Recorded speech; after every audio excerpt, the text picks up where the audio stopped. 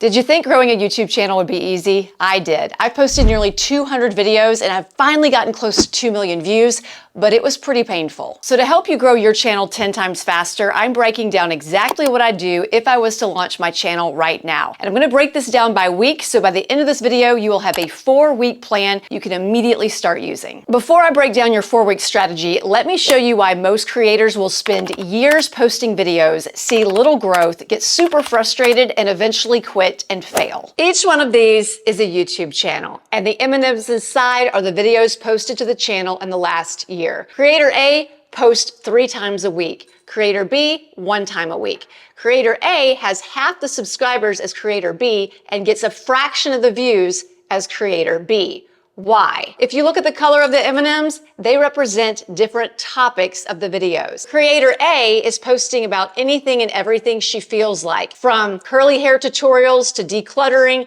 to cooking recipes and day in the life videos. Creator B is sticking to the theme of simplifying your life after 50. She knows exactly who she's talking to, and she is solving very specific problems to make their lives better. Now, Creator A does talk about organization and decluttering and productivity, just like Creator B, but they don't know if they're gonna get a red M&M that they came for when they come to this channel, or if they're gonna get an orange or a blue or a green. Therefore, they're less satisfied when they watch this channel. But when they watch this channel, they know what they're going to get, and they know they're going to get specific solutions to their problems. That means they're going to watch this creator's videos more, they're going to enjoy this creator's videos more, and they're going to trust this creator more. So when it comes time for her to offer a product, they're more likely to buy from this creator than this creator. That's why in week 1, we are going to specifically focus on strategy and research. First, you need to figure out who exactly you want your channel to be for.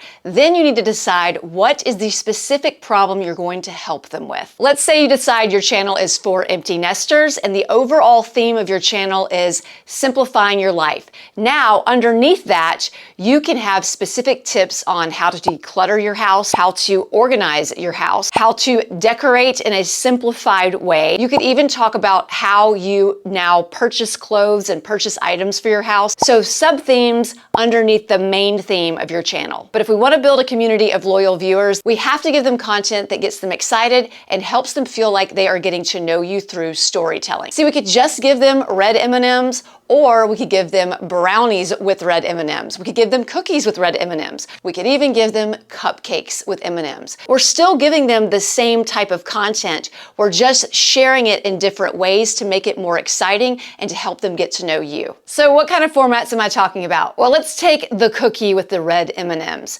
So we know what our topic is going to fall under. That's the red M&M, the theme of our channel. So maybe it's your top 10 organizational products that you use. Or it could be mistakes, the 10 biggest mistakes you made when you were decluttering your house. So lists and mistakes are ways that you can incorporate yourself and set you up to tell stories about yourself. The next format, we'll call it the cupcake format. For instance, maybe if we're going with the decluttering niche, you are decluttering your closet in less than 30 minutes. And you're gonna show us how you are going to set a timer and declutter this closet in less than 30 minutes. So again, we're giving them valuable information to help them solve a problem, but we're doing it through your perspective and through the story of you so that they get to know you better and they feel that connection. And that is a challenge. And the third format is represented by our brownie with the red M&Ms, and that's going to be a day in the life. But not just any day in the life. The day in the life needs to be related to your theme. So because this channel is all about organization, decluttering, and simplifying, she could take people through her morning routine, show us the systems that she uses to keep her life simplified. Let's switch gears to another niche. So if we were going with the list or the mistakes and we were a realtor in Dallas,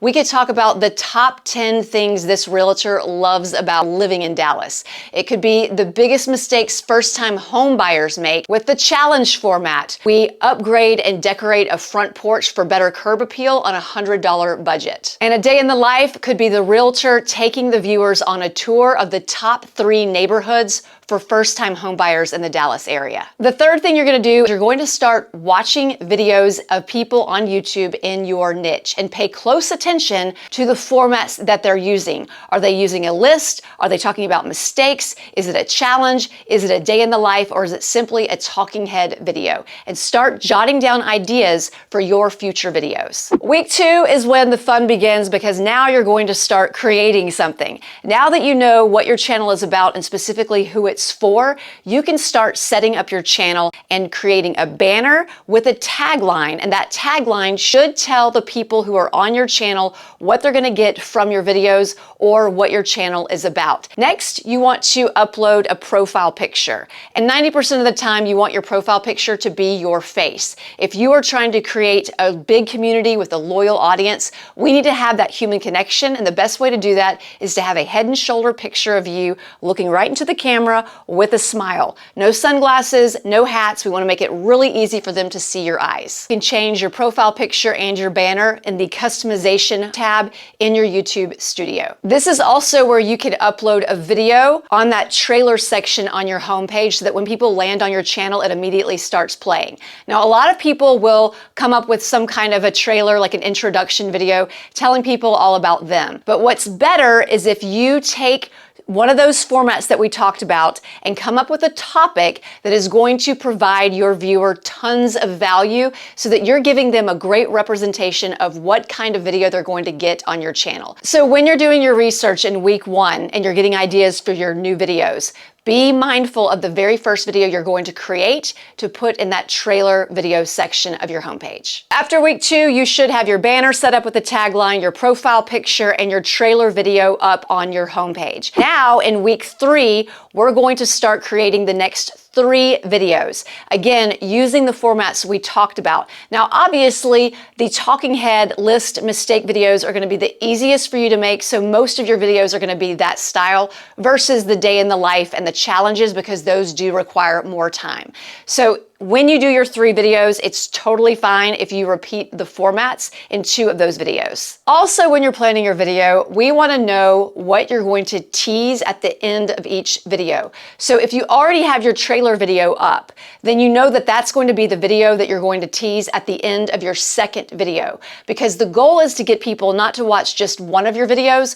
We want them watching multiple videos when they hit your channel. So it's important that you start getting in the habit of teasing another video on your channel at the very end of your videos. For example, if you're the Dallas realtor and your video is about the mistakes first-time homebuyers make, that last mistake could be that they don't consider key factors when looking at neighborhoods. And then you can tease your neighborhood tour video by saying, I'm going to show you how to analyze a neighborhood to see if it's the right fit for you and your family in this video right here. That way, they are more likely to go watch another one of your videos because you've given them a reason to want to go watch that video. This next task for week 3 is something anyone who's ever blown up on YouTube eventually realizes, and once they do, they never stop doing it.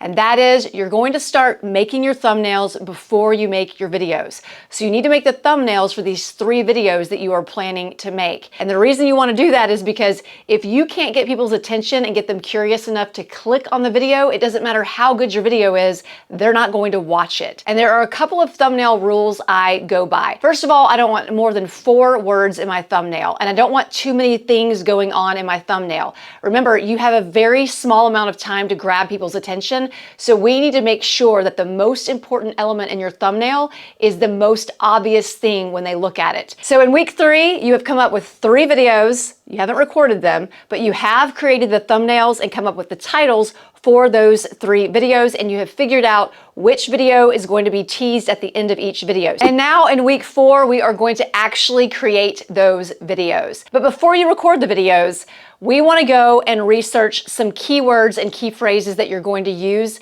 in your title, in your tags, and even in your script, because the algorithm can listen to everything that you say in the video, and that is helping the algorithm figure out what your video is about and who your video is for. So what I like to use is vidIQ. I can go into vidIQ and I can put in a key phrase that I think would work, and then vidIQ will spit out lots of related keywords that I can use. It will even help you come up with a title that will help the algorithm figure out what your video is for, but also grab the attention of your ideal person. Keep in mind, you don't have to specifically put those keywords in the title of your video for it to get the algorithm to know what your video is about. Oftentimes, you will search a phrase on YouTube and videos will come up that are not using the exact phrase you put in search. That's because they didn't put it in their title, but they did put it in the description or the tags or the script of their video. Once you get your videos posted, it's time for you to go into your analytics and get the information you need to improve your future videos and get more people to your channel. And if that's something that overwhelms you, then watch this video right here. I'm going to walk you through my simple system of looking at my analytics so that I can improve each time I post a new video.